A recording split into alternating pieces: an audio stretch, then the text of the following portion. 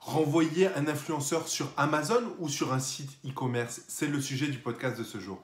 Salut à toi et bienvenue sur ma chaîne YouTube. Aujourd'hui, on va parler des influenceurs et on va parler de qu'est-ce qui est le mieux pour vous et pour l'influenceur en termes de retour sur investissement quand on fait une stratégie d'influenceur par rapport à un produit.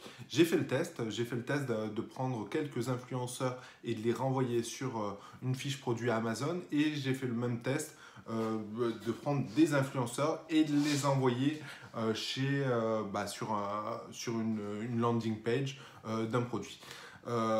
Difficile de faire un retour très pertinent, de savoir qu'est-ce qui est le mieux pour toi ou pour eux à ce niveau-là. Pourquoi? Parce que c'était deux produits différents et c'était des influenceurs différents. Donc c'est pas forcément facile à voir dans le sens où peut-être qu'il y a des influenceurs qui convertissent mieux que d'autres, peut-être qu'il y a des influenceurs qui ont posté à des heures meilleures que d'autres.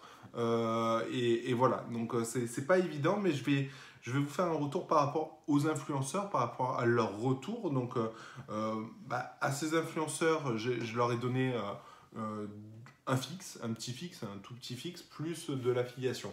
Donc voilà, qu'est-ce qui a été le plus profitable pour eux pour l'instant? C'est clairement de mettre en avant un produit sur Amazon.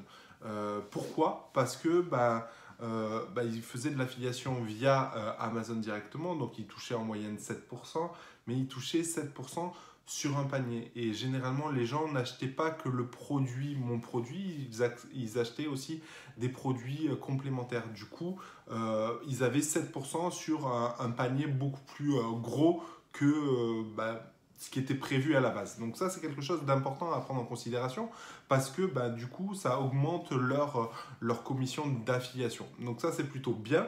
En plus de ça, ils ont senti qu'il y avait beaucoup plus de retour dans le sens où Amazon livre rapidement. Donc ça, c'est une bonne chose. Et voilà. Par contre, c'est vrai que certains leur disaient que ils comprenaient pas pourquoi on redirigeait sur Amazon et pas directement sur un site de la marque proprement dit. Donc il y a du bon et du mauvais. Il faudrait approfondir ce test. Mais dans tous les cas, moi je trouve ça plutôt bien dans le sens où de suite vous faites beaucoup de volume. Ce qui est vachement bien, c'est que vous donnez un indicateur positif à Amazon. Donc du coup, ce listing va lui-même bien se positionner et indirectement vous allez vendre plus ailleurs. Par contre, c'est vrai que vous n'avez pas les mails, vous n'avez pas, vous ne pouvez pas faire des séquences mails ou du retargeting, etc. Chose très très intéressante qu'on a remarqué aussi parce que on a fait des tests.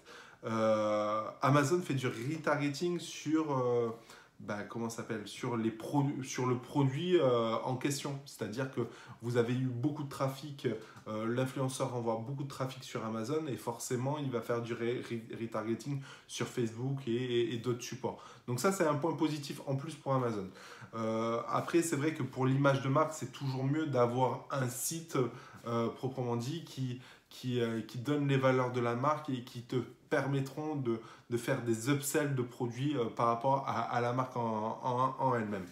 Donc, si je devais résumer, est-ce que c'est intéressant de faire des stratégies d'influenceurs par rapport à Amazon? Ça va être intéressant pour les deux camps.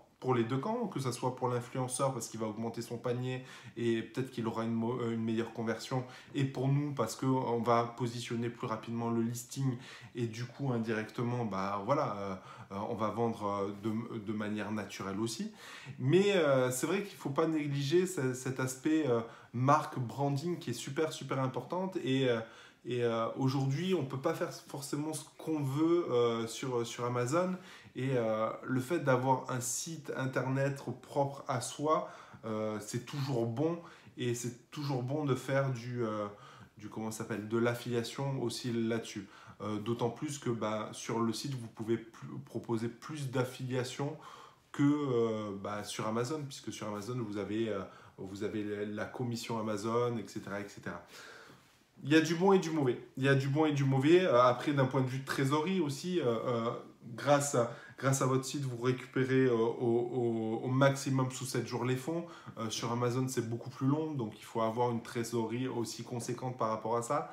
Dans tous les cas, sur Amazon, je vous déconseille de faire du dropshipping. Si vous faites une stratégie d'influenceur sur Amazon, c'est en ayant le stock en amont. Et du coup, voilà. Donc après, ça va être délicat aussi de sélectionner les produits parce que vous ne pouvez pas proposer tous les produits à des influenceurs. Voilà, des produits du quotidien, forcément, un influenceur, c'est pas forcément le produit qui va le mieux fonctionner. Bref, dans tous les cas, voilà, les deux marchent. J'ai envie de vous dire, testez les deux. Moi-même, je vais encore tester les deux et je vous ferai un retour prochainement. Là, j'ai prévu de faire justement des produits pour le mois d'avril-mai avec des gros influenceurs qui ont plus d'1 million d'abonnés. Donc on va voir le retour par rapport à ça.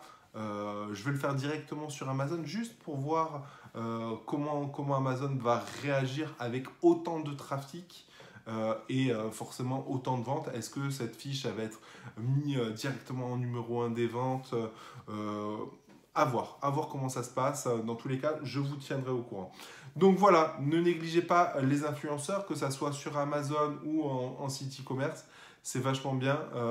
Essayez de privilégier l'affiliation, bien que la plupart des influenceurs préfèrent avoir un montant fixe. Voilà. Voilà, si vous voulez en savoir plus sur Amazon, j'ai envie de vous dire, regardez tout simplement en dessous. Sinon, je vous dis à bientôt dans une prochaine vidéo. Ciao!